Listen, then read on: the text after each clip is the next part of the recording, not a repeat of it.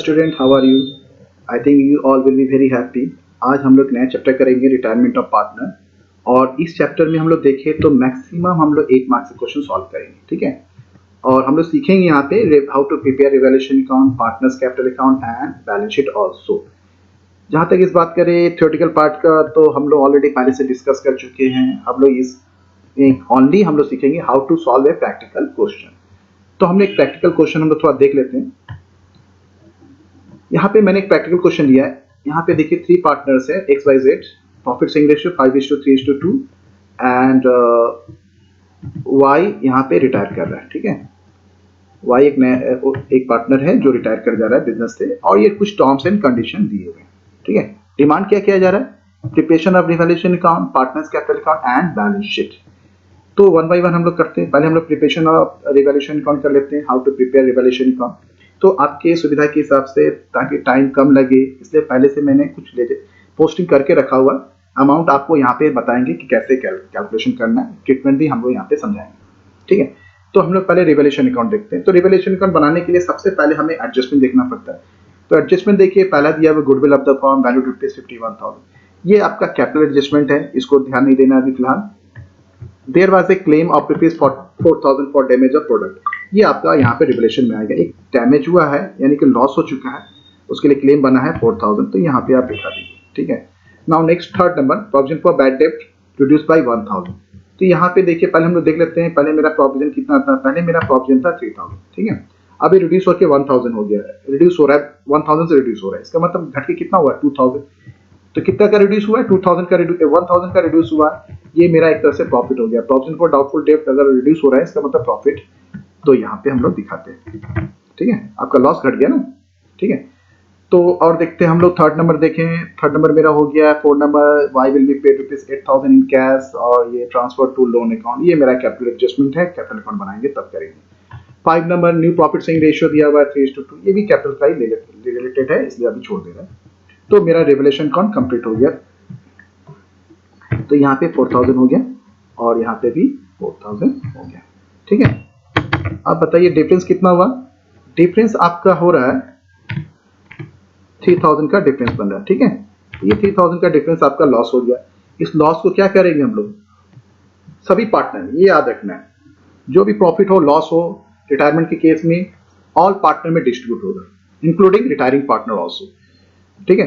तो आप यहाँ पे आपको बांट दीजिए। आपको 3,000 में किस रेशियो में? ओल्ड रेशियो में बांटिए। ओल्ड रेशियो आपका क्या है देख लेते हैं एक बार। ओल्ड रेशियो आपका है यहाँ पे 5:3:2, ठीक है। तो सिंपल है, हम लोग 5:3:2 में ही बांटेंगे हम लोग। तो 5:3:2 में अगर हम लोग बांटे, एक्स का कितना आएगा? एक्स का आएगा 1,500। वाई का कितना आएगा? वाई का आएगा 900, और जेड का आएगा 600। सिंपल, ठीक है। तो रिवैल्यूएशन अकाउंट हमारा बन गया। अब हम लोग आते हैं partners capital account. Partners capital account बनाने से पहले हम लोग डिस्कस कर चुके हैं एडमिशन के केस में, कि जब भी पार्टनर्स कैपिटल अकाउंट बनाओ तो वो आपको 1 2 3 4 5 फॉर्मूला फॉलो करना है। ये 1 2 3 4 5 क्या है? 1 नंबर है आपका बैलेंस। तो देखिए पार्टनर्स का जो बैलेंस है वो बैलेंस शीट में होगा, ठीक है। बैलेंस शीट में देख लेते हैं हम लोग कितना दिया हुआ है उसका कैपिटल बैलेंस। 50,000, 40,000, 20,000। ये आप पार्टनर में ट्रांसफर कर दीजिए कैपिटल अकाउंट में, ठीक है। तो यहाँ पे 50,000, 40,000 एंड 20,000, ठीक है। जो लॉस हुआ है पार्टनर का, यहाँ पे लॉस यहाँ पे ट्रांसफर कर दे रहे। प्रॉफिट लॉस ऑन रिवैल्यूएशन 1,005, और दूसरे का आ रहा है 900, तीसरे का आ रहा है 600। सिंपल। अब हम लोग आते हैं सेकंड नंबर, हो गया मेरा काम। थर्ड नंबर में कोई रिजर्व हो या प्रॉफिट एंड लॉस हो, पार्टनर में हम लोग डिस्ट्रीब्यूट करते हैं। देखते हैं बैलेंस शीट में कोई प्रॉफिट या रिजर्व वगैरह है कुछ, या देख लेते हैं। यहाँ पे देखिए इन्वेस्टमेंट फ्लक्चुएशन फंड आपका 10,000 है, प्रॉफिट एंड लॉस अकाउंट है आपका 40,000। पहले हम लोग इन्वेस्टमेंट फ्लक्चुएशन फंड आते हैं, क्लियर है। उससे कोई रिलेटेड कोई एडजस्टमेंट नहीं दिया है, तो सिंपली उसको पार्टनर में बांट देंगे, सभी ऑल पार्टनर में, और प्रॉफिट एंड लॉस उसको भी बांट देंगे। तो ये 10,000 एंड 40,000 हम लोग बांट दे रहे हैं, ठीक है। तो ये जब भी जनरल रिजर्व हो या कोई इस तरह का कोई चीज हो, तो हम लोग ऑल पार्टनर में डिस्ट्रीब्यूट कर देते हैं। तो ऑल पार्टनर में इसका मतलब है कि तीनों पार्टनर, तो 10,000 हमारा इन्वेस्टमेंट फ्लक्चुएशन फंड है, तो इसको डिस्ट्रीब्यूट करेंगे तो x का आएगा 5,000, y का आएगा 3,000 और इसका आएगा 2,000। सिंपल।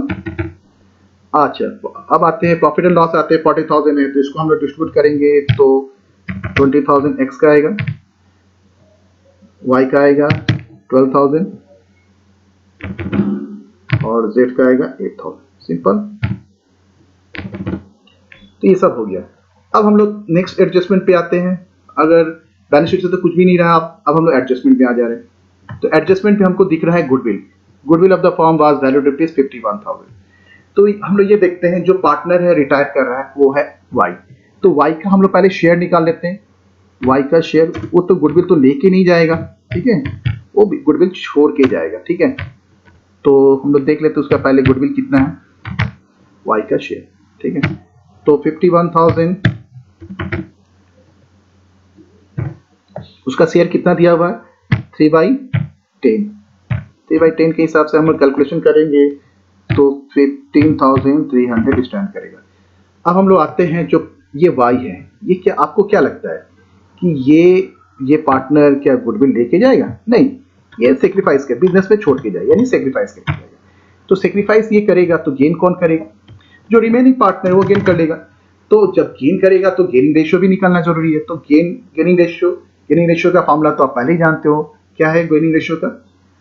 बहुत लोग बोलेंगे न्यू माइनस ओल्ड, बट हम अपने बच्चों को बताते हैं हमेशा एक ही फॉर्मूला रखो, जो एडजस्टमेंट में जो सीखे हो और रिटायरमेंट भी सीखो।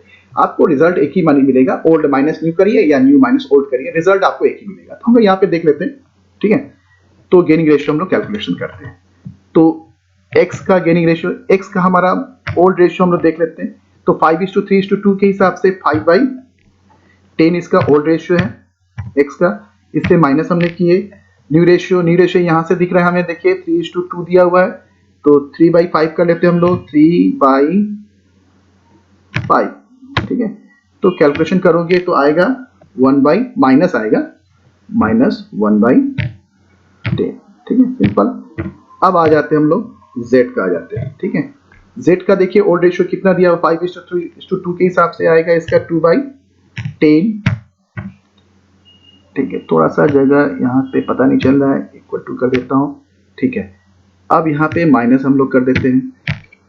इसका न्यू रेशियो कितना बन रहा है देखिए यहाँ पे 3:2 के हिसाब से 2/5 आएगा, 2/5, सिंपल। कैलकुलेशन करेंगे तो आएगा -2/10,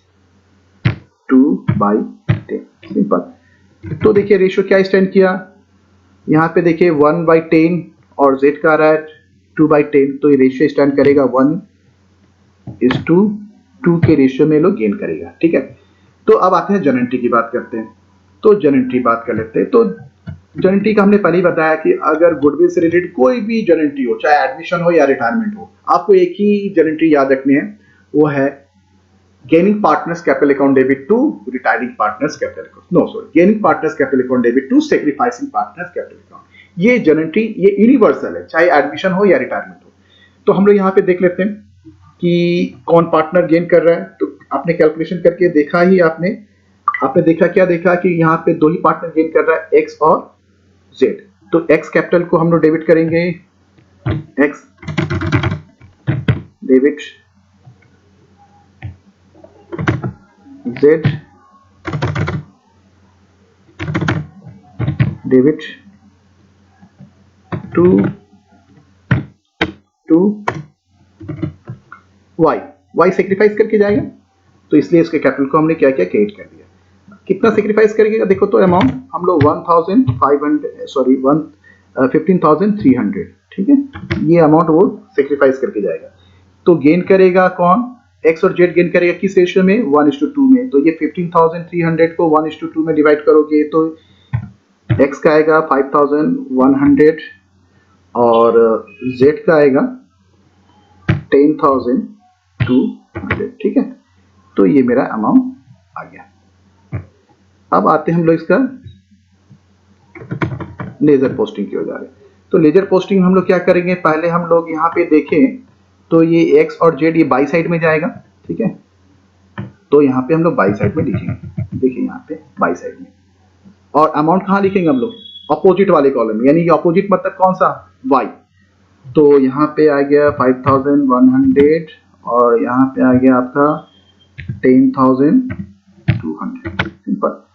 अब आते हैं हम लोग, ये तो हो गया। अब आते हैं हम लोग, ये तो बाई साइड में कर लिया। अब आते हैं 2y में लिखेंगे हम लोग, 2y करके अमाउंट कहाँ लिखेंगे? ये अपोजिट x और z में लिखेंगे, ठीक है। तो ये हमें करना है, ठीक है। यहाँ पे हम लोग आ जाते हैं, ठीक है। तो देखिए यहाँ पे x में लिखेंगे हम लोग 5100 और z में लिखेंगे 10200, सिंपल। मेरा लेजर पोस्टिंग हो गया। और देखिए हम लोग कोई एडजस्टमेंट बचा है क्या? और एडजस्टमेंट हम लोग देख लेते हैं। तो मेरा गुडविल का हो गया, ये 1, 2 एंड 3 तो मेरा रिवोल्यूशन में चला गया। और आते हैं 4 में। तो 4 को क्या बोला गया है? 4 में ये बोला गया y विल बी पेड ₹8200। उसको 8200 हम लोग को कैश पेमेंट करना है और जो भी बैलेंस अमाउंट है उसके लोन अकाउंट में ट्रांसफर कर देना है। ये रिटायरमेंट के केस में होता है, ठीक है। तो पहले हम लोग देख लेते हैं, हम लोग y का पहले अकाउंट क्लोज करके देखते हैं। तो y का कैपिटल अकाउंट हम अगर प्लस करें, ये सब प्लस करें, तो मेरा 70,300 स्टार्ट करेगा, ठीक है। तो 70,300 यहाँ पे हमने लिख दिया। यहाँ पे खैर जो भी हो। अच्छा, हम लोग कैश कितना पेमेंट करना है उसको?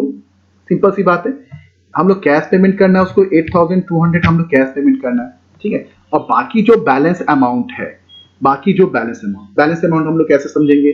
देखिए यहाँ पे 70,300 यहाँ पे टोटल है, इसमें से हमने ये 900 और 8200 माइनस कर देंगे, तो जो बैलेंस अमाउंट आएगा वो आप लोग कैलकुलेशन करोगे तो 61,200 आएगा, ठीक है।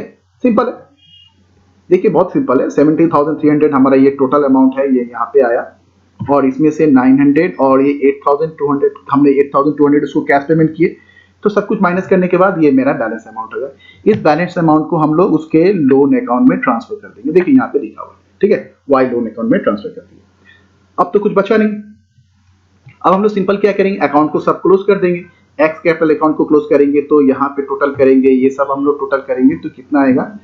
75,000। और जेड के कैपिटल अकाउंट को अगर टोटल करें, यहाँ पे ये साइड हमें मतलब है डेबिट साइड, क्रेडिट साइड ज्यादा दिख रहा है, इसलिए मैं यहाँ पे बता रहा हूँ 30,000। तो यहाँ पे देखिए 75,000 और 30,000 यहाँ पे लिखा गया। तो 75,000 यहाँ से ये दोनों अमाउंट माइनस करिएगा तो इसका बैलेंस आएगा 68,400 आएगा, सिंपल। और हम इसको देखें, यहाँ पे ये 30,000 है, ये 30,000 से आप ये दोनों माइनस करोगे, ये दोनों, तो इसका बैलेंस आएगा 19,192, ठीक है। तो मेरा कैपिटल अकाउंट बन चुका है, ठीक है। अब आते हैं हम लोग बैलेंस शीट पे आते हैं। देखो बैलेंस शीट भी हमने थोड़ा लंबा बन जाएगा, इसलिए मैंने पहले से जो चीज मतलब चेंजेस नहीं हो रही उसको मैंने पहले से लिख के रखा हुआ है। देखिए बैलेंस शीट को आप देखोगे, यहाँ पे ये जो मेरा पुराना बैलेंस शीट है उसी को देख के ही मैंने यहाँ पे पोस्टिंग किया है, यहाँ पे दिखाया है। देखिए ये मेरा, देखिए ये सारे आइटम्स हैं, ये सारे आइटम्स, इसमें कोई भी चेंजेस नहीं हो रहे। देखिए कहीं कुछ बोला ही नहीं है। देखिए एडजस्टमेंट अगर आप देखोगे तो इससे related land and building, motor, van और इन्वेस्टमेंट, मशीनरी, स्टॉक से रिलेटेड कुछ भी नहीं बोला। इसलिए हम लोगों ने क्या किया, सेम जो अमाउंट है हमने यहाँ पे बैठा दिया। आप मतलब समय कम लगे इसके लिए मैंने कर दिया। जो चेंजेस हो रहे हैं यहाँ पे मैंने यहाँ पे दिखा रहा हूँ। तो चेंजेस किस में हो रहा है? डेटर में आ रहा है।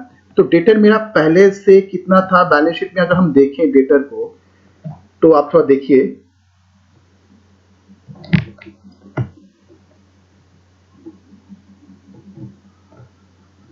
हाँ थोड़ा बैलेंस शीट को हम लोग देख लेते हैं। मेरा बैलेंस शीट में देखिए मेरा डेटर कितना है, 40,000 है। यहाँ पे 40,000 मैं यहाँ पे लिख दे रहा हूँ, ठीक है, 40,000। अच्छा, अब आते हैं हम लोग डेटर से प्रोविजन कितना करेंगे। देखिए पहले मेरा डेटर था, कितने का डेटर था मेरा? 3,000 का। बैलेंस शीट को देखिए आप, पहले मेरा डेटर था, प्रोविजन मेरा 3,000 था और उसमें से 1,000 ये मेरा ये पार्ट है वो रिड्यूस हो गया, ठीक है। तो अभी कितना प्रोविजन बचा मेरा? तो 3,000 से 1,000 माइनस करोगे तो 2,000 आएगा। तो ये 2,000 हम लोग यहाँ पे माइनस कर देंगे, सिंपल। तो माइनस करने पे कितना आएगा आपका? 38,000, 38,000, ठीक है। अब आते हैं कैश पे आ जाते हैं। मेरा कैश बैलेंस कितना था बैलेंस शीट में देख लो, पुराना वाला बैलेंस शीट हम अगर देखें तो मेरा कैश बैलेंस कितना था, यहाँ पे मेरा कैश बैलेंस था, ये देखिए ये 16,000 का मेरा कैश बैलेंस था। तो इस 16,000 को अभी हम लोग लिख लेते हैं, ठीक है, यहाँ पे हम लोग 16,000 को लिख दिए, ठीक है।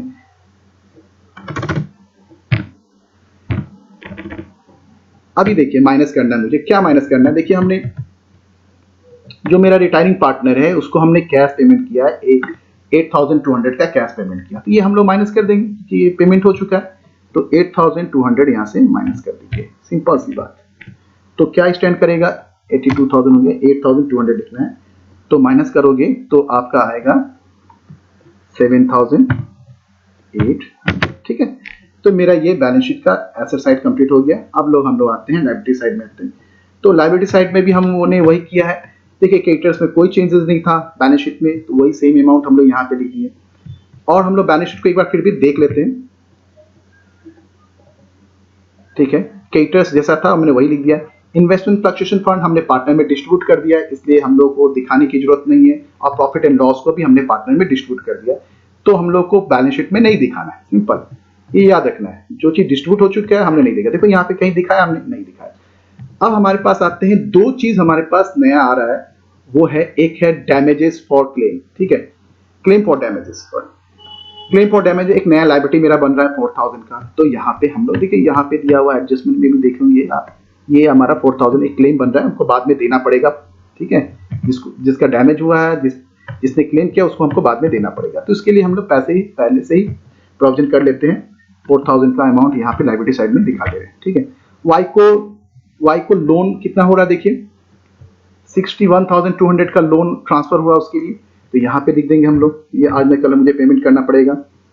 तो जब तक पेमेंट नहीं हो रहा, ये लायबिलिटी साइड में हम उसको शो करेंगे 61,200, ठीक है। अब आते हैं हम लोग पार्टनर्स का कैपिटल का आते हैं। तो पार्टनर्स कैपिटल देखो, हमारा जो लेटेस्ट जो कैपिटल बैलेंस आया है, एक्स का आया 68,400, ये हमने शो कर दिया। और जेड का कितना आ रहा है, जेड का है 19,200।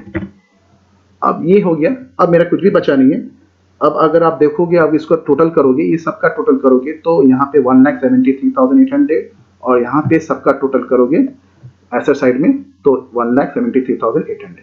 तो आपका ये बैलेंस शीट पार्ट भी कंप्लीट हो गया। तो कंप्लीट क्वेश्चन हमने सॉल्व कर दिया। तो ये 8 मार्क्स का क्वेश्चन रहा। आई थिंक आप सब लोग ने समझ पाए हो। आज के लिए इतना ही काफी है। Thank you.